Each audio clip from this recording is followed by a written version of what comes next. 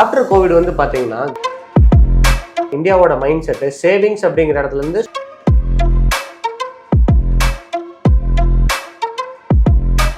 Hello everyone, இன்னைக்கு நம்ம கூட Go Pocket CEO mister Santhosh Kumar வந்திருக்காரு. Hello sir. ஹலோ. இப்போ வந்து ரீசெண்டாக யங் இன்வெஸ்டர்ஸ் ஃபயர் கான்செப்ட் பற்றி கேட்டுட்டு இருக்காங்க. அதை பற்றி நீங்கள் என்ன நினைக்கிறீங்க சார்? ஃபயர் மூமெண்ட்டை பார்க்கறதுக்கு முன்னாடி சேவிங்ஸ் அப்படிங்கிறது பார்த்தீங்கன்னா ட்ரெடிஷ்னலாகவே நம்ம கல்ச்சரில் ஊறி போன ஒரு விஷயம். அதாவது அந்த காலத்தில் எவ்வளோக்கு எவ்வளோ கம்மியாக ஏர்ன் பண்ணியிருந்தாலும் சேவிங்ஸ் அப்படிங்கிறது கொஞ்சமாக சேவ் பண்ணணும் அப்படிங்கிற மென்டாலிட்டி எல்லாருக்கிட்டையும் இருந்துச்சு. உதாரணத்துக்கு இப்போ நம்ம பாட்டியெல்லாம் பார்த்தீங்கன்னா சுருக்கு பை வச்சுருப்பாங்க, அதில் நிறைய லேயர்ஸ் இருக்கும். அந்த ஒரு லேயர்லேயும் கொஞ்சம் கொஞ்சம் பணம் வச்சுருப்பாங்க. அதே மாதிரி ஒரு எமர்ஜென்சிக்கு ஒரு பணம் வேணும்னு நம்ம அம்மா கிட்ட கேட்டிங்கன்னு வைங்களேன், அவங்க நேராக போய் எங்கே பார்ப்பாங்கன்னா ஒரு கல்லாப்பொட்டியிலையும் ஒரு பொட்டியிலையும் கொஞ்சம் கொஞ்சம் பணம் வச்சுருப்பாங்க, அதை தான் எடுத்து கொடுப்பாங்க.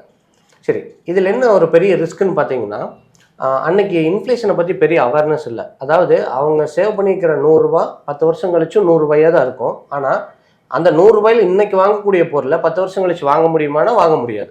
இதை தாண்டி அன்னைக்கு வந்து இன்வெஸ்ட்மெண்ட் அப்படின்னு பார்த்தீங்கன்னா மேபி ஒரு பேங்க்ல அக்கௌண்ட் ஓப்பன் பண்ணி எஃப்டியாக வச்சுருந்தாங்க, இல்லைன்னா ரியல் எஸ்டேட்டு. ஆனால் மேக்ஸிமம் வந்து கோல்டில் வச்சுருந்தாங்க. Early 90s after globalization foreign investment இந்தியாவுக்குள்ளே வந்தங்காட்டிக்கு India sectors like corporate, retail, transportation, especially IT, இந்த செக்டரில் நல்ல டெவலப்மெண்ட் ஆச்சு. இதனால் என்னென்னா நல்ல ஜாப் ஆப்பர்ச்சுனிட்டி கிரியேட் ஆச்சு. இதில் மெயினாக யங்ஸ்டர்ஸ் எல்லாம் வந்து நல்லா ஏர்ன் பண்ண ஆரம்பித்தாங்க. ஸோ அல்டிமேட்டாக நீங்கள் வந்து நல்லா ஏர்ன் பண்ணும்போது என்ன ஆகும் அப்படின்னா ஸ்பெண்டிங் பவரும் வந்து ரொம்ப இன்க்ரீஸ் ஆச்சு. இந்த காலகட்டத்தில் தான் வந்து பார்த்தீங்கன்னா இந்தியாவோட மைண்ட் செட்டு சேவிங்ஸ் அப்படிங்கிற இடத்துலேருந்து ஸ்பெண்டிங் அப்படிங்கிறதுக்கு ஷிஃப்ட் ஆச்சு.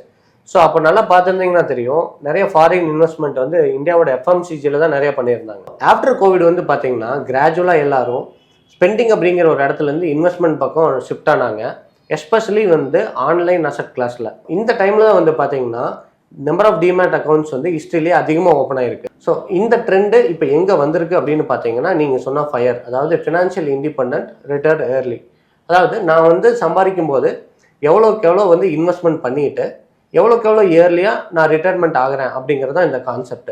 ஸோ இதுக்கு வந்து ஒருத்தரும் ஒரு ஃபயர் நம்பர் அப்படின்னு சொல்கிறாங்க. அப்படின்னு என்னென்னா இந்த ஒரு இன்கம் இருந்துச்சு அப்படின்னா எந்த விதமான கமிட்மெண்ட்டும் இல்லாமல் இப்போ நான் லீட் பண்ணுற லைஃப்பை அப்படியே லீட் பண்ணணும் அப்படிங்கிறது தான்.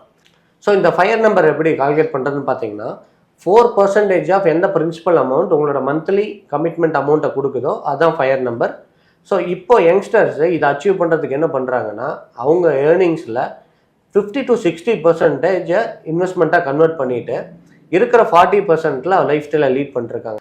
ஏன்னா 4 to 5 இயர்ஸில் ரிட்டைர்மெண்ட் ஆகிட்டு ரெஸ்ட் ஆஃப் தேர் லைஃப்பை வந்து எந்த கமிட்மெண்ட்டில் இல்லாமல் லீட் பண்ணிக்கலான்னு பிளான் பண்ணுறாங்க. ஸோ இதுதான் வந்து ஃபயர் மூமெண்ட்.